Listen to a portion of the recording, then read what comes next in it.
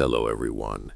Before we start, make sure to like and subscribe to the channel and leave a comment with where you're from and what time you're watching.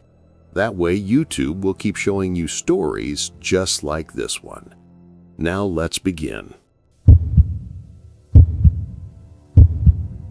It was mid-January. The weather reports had been warning us for 3 days that a record-breaking blizzard was moving in, but my parents were stubborn. My cousin was getting married in a town about 2 hours east, and they had been planning to go for months. My dad figured that if they left early enough, they could beat the worst of the whiteout conditions and make it to the hotel before the roads were officially closed. I didn't want to go. I was 17, and the idea of spending a weekend in a stuffy hotel ballroom with relatives I barely knew sounded like a nightmare.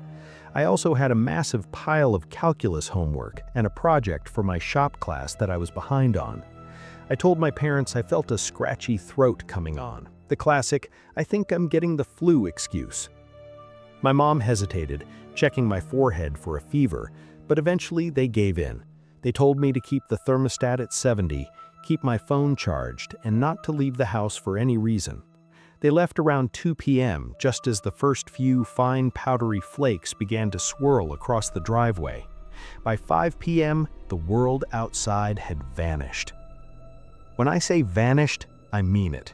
I looked out the sliding glass door in the kitchen and couldn't see the detached garage, which was only 20 feet away. The wind was making this low, mournful whistling sound as it whipped around the corners of the house. Inside, it was quiet. The kind of quiet you only get when there's 3 feet of snow acting as insulation. I spent a few hours at the kitchen table working on my math. Around 8:30 p.m., the lights flickered. Not just a quick dip, but a long brownout dimming that lasted for 5 seconds before they hummed back to life. I knew that wasn't a good sign. We had a backup generator, but it wasn't the automatic kind. It was a heavy, gas-powered unit sitting in the shed about 50 feet behind the house. My dad had left a gas can next to it, but he had warned me that the battery was getting old and sometimes needed a manual pull start if the temperature dropped too low. 10 minutes later, the power went out for real. The silence that followed was heavy. It wasn't just the lights going out. It was the sudden lack of the refrigerator's hum and the forced air heating. I sat there in the dark for a minute, the only light coming from my phone screen. I knew if I didn't get that generator running, the pipes would freeze within hours, and I'd be sitting in a tomb of a house. I bundled up. I put on my heavy thermal coveralls, my work boots, and a bright neon yellow parka. I grabbed a high-powered LED flashlight from the junk drawer and headed to the mudroom. The moment I opened the back door, the cold hit me like a physical blow. The wind was so strong it actually pushed the door back against me, and the snow was hitting my face like tiny pieces of broken glass. I clicked on the flashlight. The beam was almost useless. It just reflected off the millions of spinning white flakes, creating a wall of glare right in front of my eyes. I trudged toward the shed. The snow was already up to my knees, and every step was a struggle. I felt completely disoriented. Even though I'd lived in this house my whole life, the blizzard had turned my backyard into a foreign, hostile planet. I reached the shed, my lungs burning from the cold air. I fumbled with the padlock, my fingers already starting to go numb inside my gloves. I finally got it open and stepped inside, pulling the door behind me to get a break from the wind. The shed was cramped and smelled of stale gasoline and oil. I found the generator, checked the fuel, and gave the pull cord a sharp yank. Nothing. I tried again. On the 4th try, the engine sputtered, coughed out a cloud of blue smoke, and roared to life. The vibration shook the whole shed. I flipped the transfer switch, seeing the faint glow of the house lights through the snow, and let out a sigh of relief. I opened the shed door to head back. That's when I saw it. I was about halfway between the shed and the back porch when my flashlight beam swept across the edge of the woods. About 30 feet away, standing perfectly still near an old oak tree, was a figure. I stopped dead. My first thought was that it was a deer, but the shape was all wrong. It was tall, taller than a normal person, and it was wearing something dark that didn't reflect any light. No high-vis gear, no winter colors, just a dark, heavy mass. The person wasn't moving. They were facing the house, their head tilted at a slight, unnatural angle. In the middle of a blizzard that was killing visibility for everyone else, this person was just standing there, exposed. "Hey!" I yelled, my voice immediately swallowed by the wind. The figure didn't respond. They didn't wave or move toward me. Instead, they slowly raised an arm and pointed. Not at me. They were pointing at the second-floor window of my bedroom. A bolt of pure primal fear shot through me. I didn't wait for a second look. I turned and ran, or tried to run, through the deep snow. Every step felt like I was moving through wet concrete. I could hear my own heavy breathing, loud and frantic, inside my hood. I reached the back porch, scrambled up the steps, and practically dived through the door. I slammed it shut, turned the deadbolt, and leaned my back against the wood, gasping for air. I was safe. I was inside. But as my breathing slowed down, I realized something that made my skin crawl. When I was in the shed, I had seen the house lights come back on, but now, standing in the mudroom, the house was dark again. I looked up at the ceiling. The light fixture was dead. I walked into the kitchen, my boots leaving wet, slushy prints on the linoleum. I looked out the sliding glass door toward the shed. The generator was still running. I could see the faint, flickering exhaust light from the shed's small window, but the power line that ran from the shed to the house, the heavy-duty exterior cable, was lying in the snow. It hadn't snapped from the wind. The cut was clean. Someone had walked up to the cable while I was inside the shed and severed it with a pair of bolt cutters. I was alone in a dark house in the middle of a whiteout with someone outside who had just cut my only source of heat and light.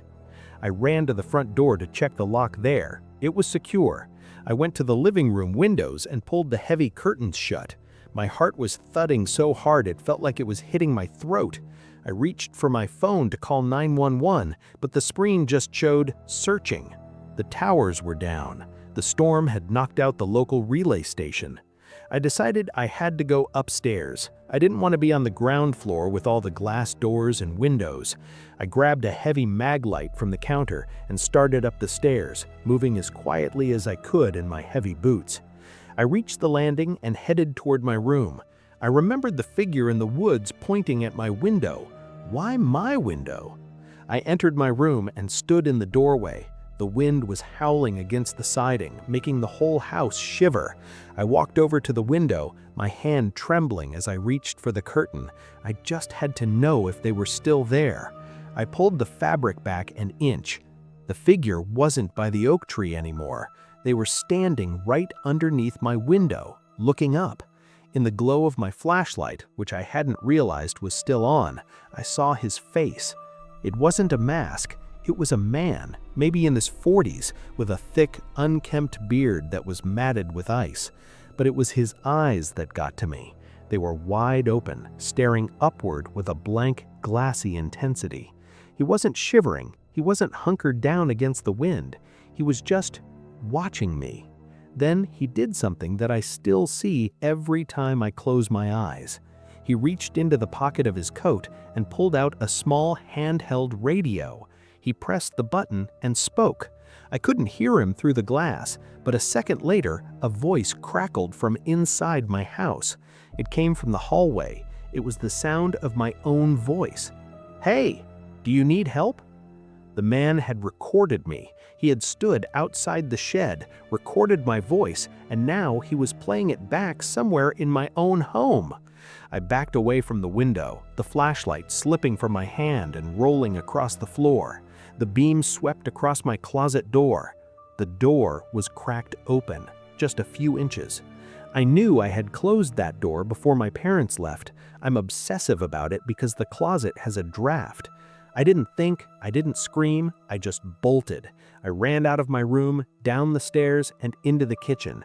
I grabbed the keys to my dad's old truck, the one with the plow attachment that was parked in the driveway. It was my only chance. I burst out the front door, not even caring about the wind anymore. I dived into the truck, fumbled the keys into the ignition, and prayed. The engine groaned, struggled, and then roared to life. I didn't even look in the rear-view mirror. I slammed the truck into reverse, the plow blade scraping the frozen gravel as I backed blindly down the long driveway. I hit the main road, which was nothing but a white void, and drove at 5 miles an hour toward the town center. I spent the rest of the night in the lobby of the local police station. They couldn't send anyone out until the morning because the roads were officially impassable for their cruisers. When the sun came up and the wind finally died down, I went back with 2 officers. The house looked peaceful under the fresh blanket of snow, but when we went inside, we found the evidence. The man hadn't just been in my closet, he had been living in the crawl space behind the water heater for at least 2 days. They found a small pile of candy bar wrappers, brands my mom didn't buy, and a notebook. In the notebook, there were sketches of the house's layout. They never found the man. His footprints were swallowed by the snow within an hour of me leaving. But the police found something else near the shed. It was a pair of heavy-duty bolt cutters and a small digital voice recorder. I don't stay home alone anymore, and during the winter, I keep every light in the house on until the sun comes up, because I know that out there, in the white silence of a storm, there are people who aren't looking for shelter. They're looking for an open door. It was a Saturday, right at the tail end of the hiking season. My best friend, Sam, and I had been planning to hit a specific loop that leads up toward the presidential range. We'd done it a dozen times before. We knew every jagged rock, every mossy creek crossing, and every steep incline where the roots of the hemlocks acted like natural stairs. The day started out clear, but the air was biting. It was that specific kind of late autumn cold that feels like it's trying to peel the skin off your knuckles. We were making good time, the rhythmic crunch of our boots on the frozen pine needles providing a steady beat to our conversation. We were talking about nothing in particular. Work, some girl Sam was seeing, our plans for the winter. Around 2 p.m., the atmosphere shifted. The sun didn't just set, it vanished behind a massive slate-gray wall of clouds that rolled over the ridge with a speed that felt unnatural. One minute we were looking at the vibrant, dying oranges and reds of the valley below, and the next, the world turned a flat, dead charcoal. The wind picked up, a low moan that quickly escalated into a high-pitched scream as it whipped through the narrow mountain passes. "We should probably turn back," Sam said, his voice barely audible over the gust. I nodded, adjusting the straps of my pack. "Yeah, if this turns into a real squall, we're gonna lose the trail markers." We turned around, but we weren't fast enough. Within 10 minutes, the first flakes started to fall. They weren't the soft, pretty kind you see on Christmas cards. They were hard, icy grains that stung like sand. Then, the whiteout hit. I've been in heavy snow before, but this was different. It was like someone had dropped a heavy, wet wool blanket over my head.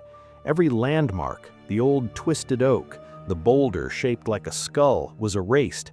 All I could see was the blurry, dark shape of Sam's backpack about 10 feet ahead of me. "Keep close," I yelled. Sam raised a hand in acknowledgement, his silhouette a flickering shadow in the swirling white.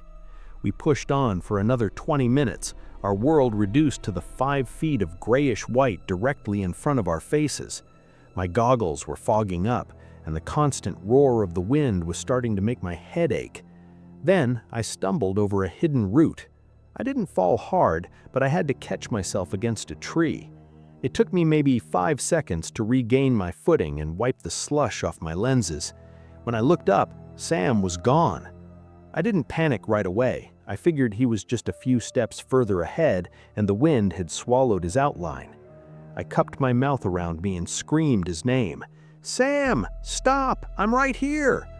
No answer, only the hollow whistle of the wind. I walked forward, keeping my eyes locked on where I thought the trail should be.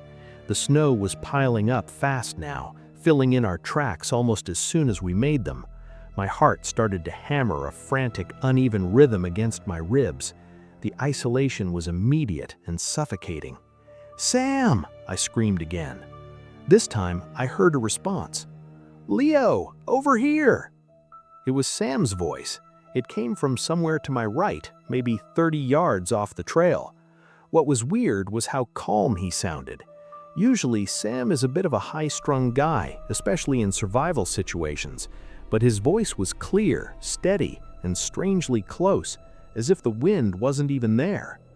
"Sam, where are you? Stay where you are," I yelled back. "I'm right here, Leo. Come on, I found a clearing. It's safer here." I felt a wave of relief. My brain didn't question the logic, I just wanted to be out of the white void. I turned off the path and started pushing through the thick underbrush. The branches of the spruce trees were heavy with snow, slapping against my face and dumping ice down my collar. "Keep talking, Sam. I can't see you." "Just a little further, Leo. I'm right here. You're almost there." I kept moving toward the sound, using it like a tether. But as I hiked deeper into the woods, a small nagging feeling started to grow in the back of my mind.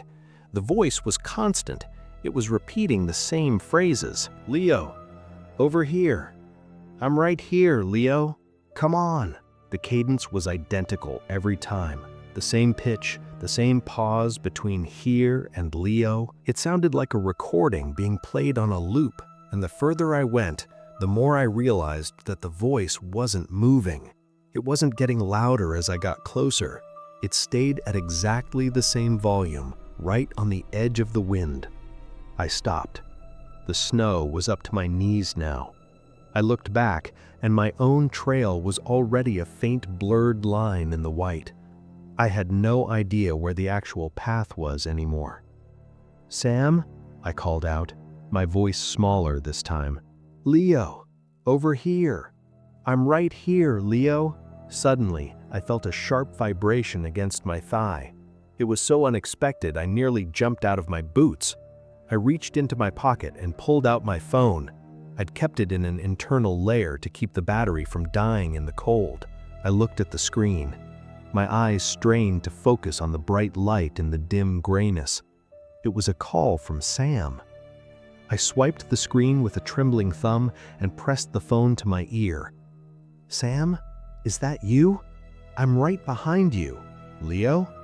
Sam's voice on the phone was nothing like the one in the woods. He was sobbing. He was breathless, the sound of his heavy, panicked gasps cutting through the static of the poor connection. "Leo, where are you? I've been looking for you for 20 minutes. I'm back at the old stone bridge. I think I'm on the wrong side of the ridge. I can't see anything, man. I'm scared." I stood perfectly still. The phone was pressed so hard against my ear it hurt. "The stone bridge?" I whispered. "Sam, that's behind us. I'm following you. You're right in front of me. You've been calling my name." The line went silent for a second, except for the frantic howling of the wind on Sam's end. "Leo?" Sam said, his voice dropping to a terrifying hushed whisper. "I haven't said a word. I've been trying to save my breath. I haven't seen you since you tripped. Who are you following?" As he said that, the voice in the woods spoke again. This time, it wasn't 30 yards away. It was right behind me. "Leo, over here. I'm right here, Leo." I didn't turn around. Every muscle in my body went rigid. A coldness that had nothing to do with the weather settled into my marrow. I could feel a presence behind me, a heaviness in the air that wasn't there before. "Leo, Leo, answer me," Sam was screaming through the phone. I slowly looked down at the snow at my feet. In the pale gray light, I saw a set of tracks leading toward me from the direction I had just come, but they weren't boot prints. They were long, narrow impressions like someone had been dragging a heavy, limp weight through the snow, and they stopped exactly 2 feet behind where I was standing. "Leo, over here," the voice said again. It was Sam's voice, but it was shifting. The L in my name was becoming elongated, turning into a wet clicking sound. Leo. Come on. Just a little further. I didn't think. I didn't plan. I just bolted. I turned and ran in the opposite direction, toward where the stone bridge should be. I didn't care about the branches or the rocks or the deep snow. I ran until my lungs felt like they were filled with broken glass and my legs were screaming for me to stop. Behind me, the voice changed. It wasn't Sam's anymore. It was mine. "Sam, stop! I'm right here!" it yelled, using the exact words and the exact panicked tone I had used 10 minutes earlier. I kept the phone to my ear, listening to Sam's voice. "Keep talking, Sam. Keep talking to me," I begged. He stayed on the line, guiding me by the sound of the wind on his end and the occasional description of what he could see. It took me nearly 40 minutes to find him. When I finally saw the dark shape of the stone bridge, I saw Sam huddled under the arch, his headlamp cutting a weak yellow path through the white. We didn't say a word. We just grabbed each other's jackets and started the long, brutal trek down the mountain. We didn't look back. Even when we heard the sound of a heavy rhythmic thudding following us through the trees, we didn't turn around. We made it back to the truck around 9 p.m. We drove in total silence for 2 hours before we pulled into a brightly lit diner. The storm hit with a sudden violent intensity that the local weather reports hadn't quite captured. They called it a whiteout, but that word doesn't really do it justice. It was a total erasure of the world.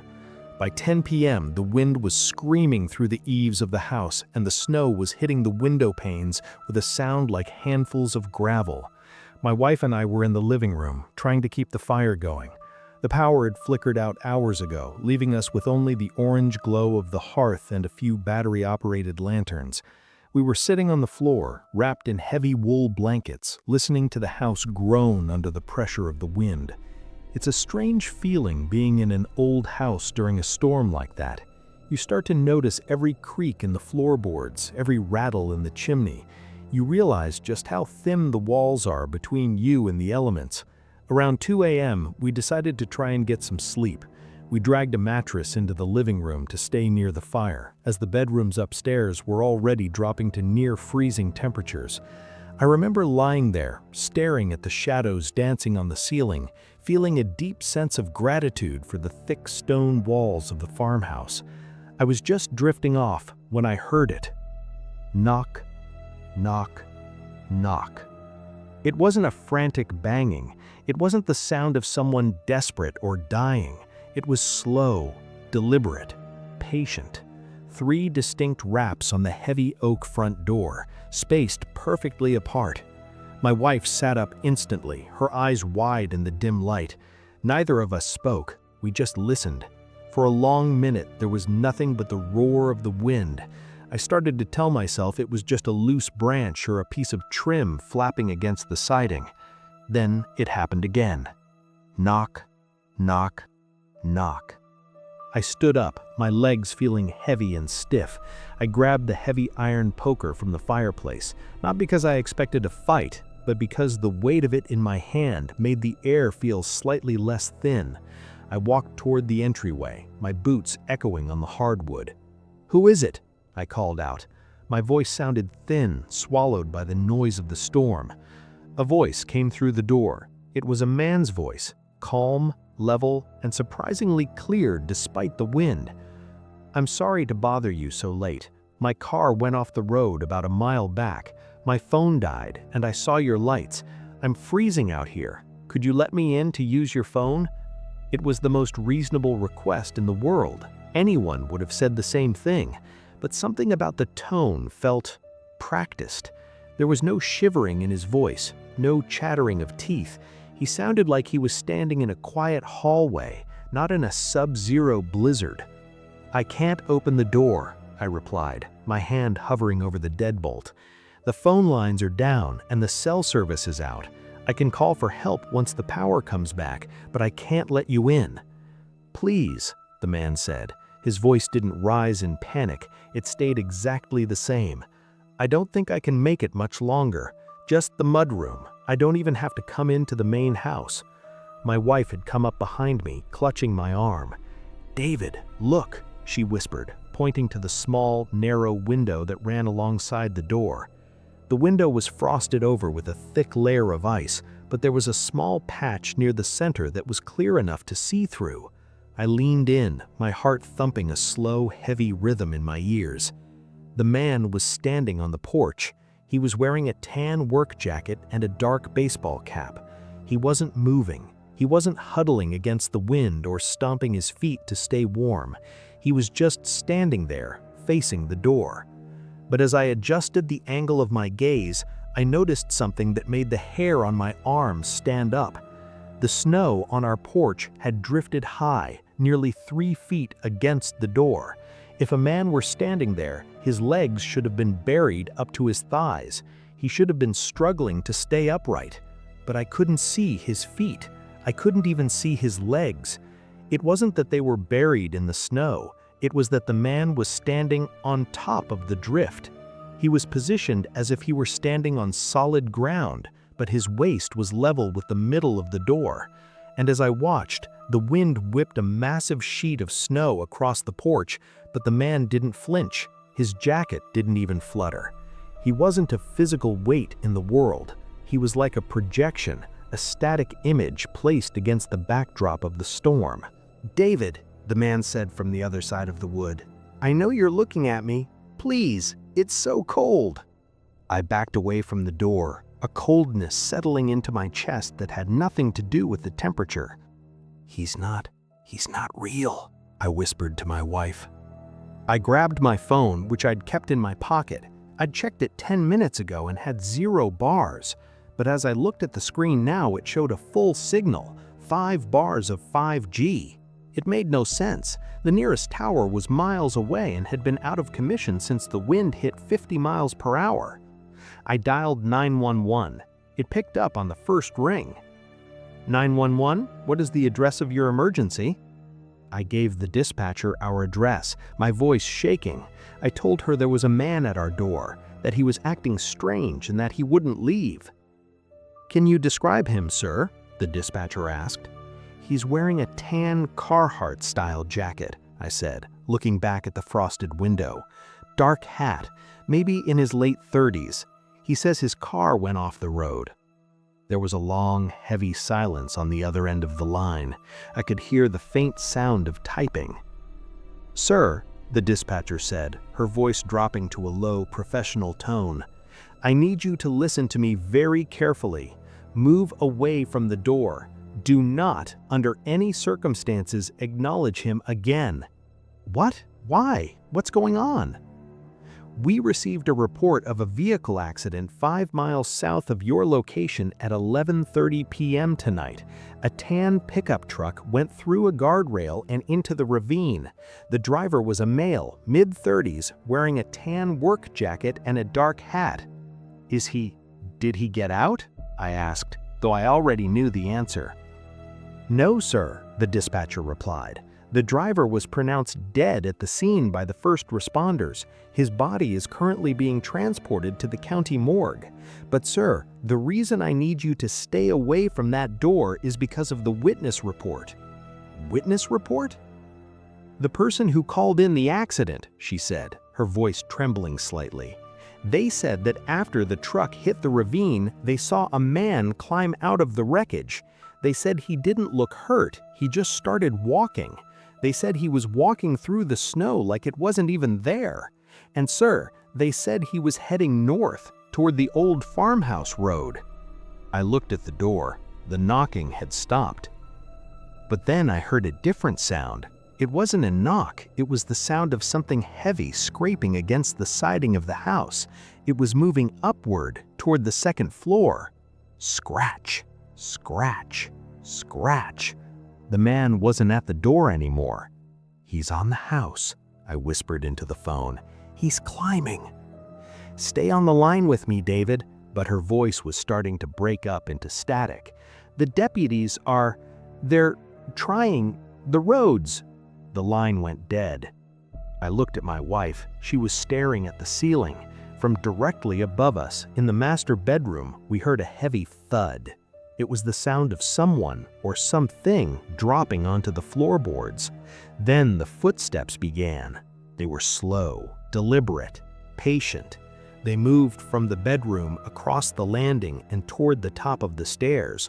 We stood in the living room, the fire dying down to embers, watching the darkness at the top of the staircase. We waited for the man in the tan jacket to appear. We waited for the calm, level voice to ask us again if he could come in, but nothing came down the stairs. We stayed in that living room until the sun came up. We didn't sleep, we didn't move. We just sat in the center of the room, clutching each other, listening to the wind die down until the world was perfectly, terrifyingly silent. When the deputies finally made it to our house at 8 a.m., they found the front porch covered in a pristine, undisturbed blanket of snow. There were no footprints leading to the door. There were no tracks on the porch at all. But when they went upstairs to check the master bedroom, they found something that they couldn't explain. The window was locked from the inside. The screen was intact, but in the center of the room, right next to our bed, there was a large, circular patch of melted snow on the carpet. I don't live in Vermont anymore. We moved back to the city a month later. I like the noise now. I like the sirens and the shouting and the constant hum of life.